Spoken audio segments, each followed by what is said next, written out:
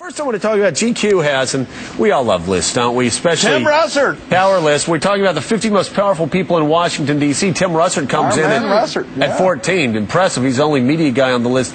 I was surprised for whatever reason. Even though he's the most powerful man in Washington, I saw him downtown recently feeding his own parking meter. I mean, there's a real man for you. Man of the people. Yeah. Man of the people. Whenever Tim comes up here, sometimes we just ride the subways together, up and down the east side and lower east side. I told him I didn't think the GE budget cuts had gotten that bad, but I guess so. Russert was feeding his own parking meter. They have. So, anyway, 50 most powerful people in Washington. Interesting.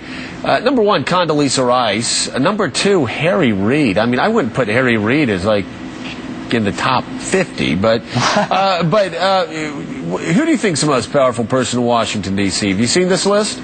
Oh, probably Tammy Haddad, huh? Yeah, Tammy Haddad, probably, the hardball. Producer of Hardball.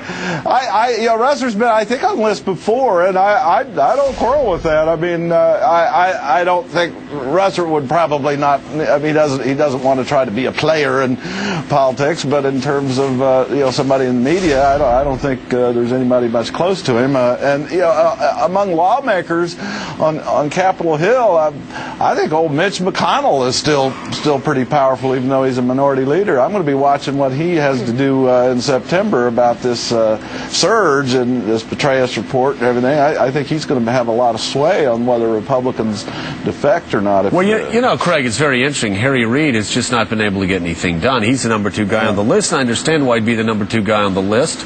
But at the same time, they couldn't even pass a resolution condemning the war. That's what I mean. Mitch McConnell, as a minority leader, of course, maybe I'm partial because I was born in Kentucky. He's a senator from Kentucky, but I think he's been able to be a pretty good bomb thrower there as a minority leader. Right, yeah, been a lot more effective. And Alberto Gonzales, they're talking about, I mean, everything they've done has seemed to be symbolic. And you talk about Petraeus. Now Petraeus is talking about possible troop reductions as he comes to the Hill. And you know what else we learned? What we learned yesterday is that the White House is actually going to be writing that report, which isn't that wild in that the Congress had called for the president to make this report, but the White House had always said we'll wait for what Petraeus says, and we learned in yesterday that the White House is actually going to be preparing a lot of that report, which might undercut its credibility for some people. Yeah, no doubt about it. Let's talk about Karl Rove. Speaking of the White House, Rove gets out. He was asked what his biggest regret was.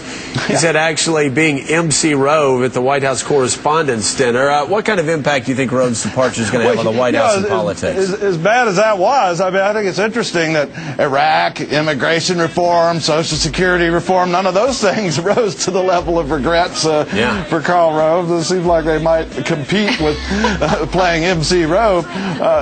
We learned from the Marion Akers in the Washington Post this week that his first thing he plans to do is go dove hunting in Texas. And now the PETA people, the animal protectors, have gone after him, saying he's going to be killing those international symbols of peace. And then in their press release, they say they only wish that he'd take Dick Cheney with him. So the Secret Service might want to be alert to that. Yeah, exactly. Okay, you can't shoot doves, but let's call for the shooting of human beings. You see that, David? I must say, every time I see that Rove clip, the thing that disturbs me most is David Gregory dancing in the background. That's not his fault. He was pulled up there. Yeah, but look at this, though. Look at the hands. No, but you know what? I think that's the I wish I wasn't here, but I kind of have to move it along here. Look, I'm turning my back. One of Rove's lines in that old thing was that he said he likes to go home at night and tear the heads off small animals. So that was an uncomfortable moment. No doubt about it. I remember that. Very uncomfortable moment. I think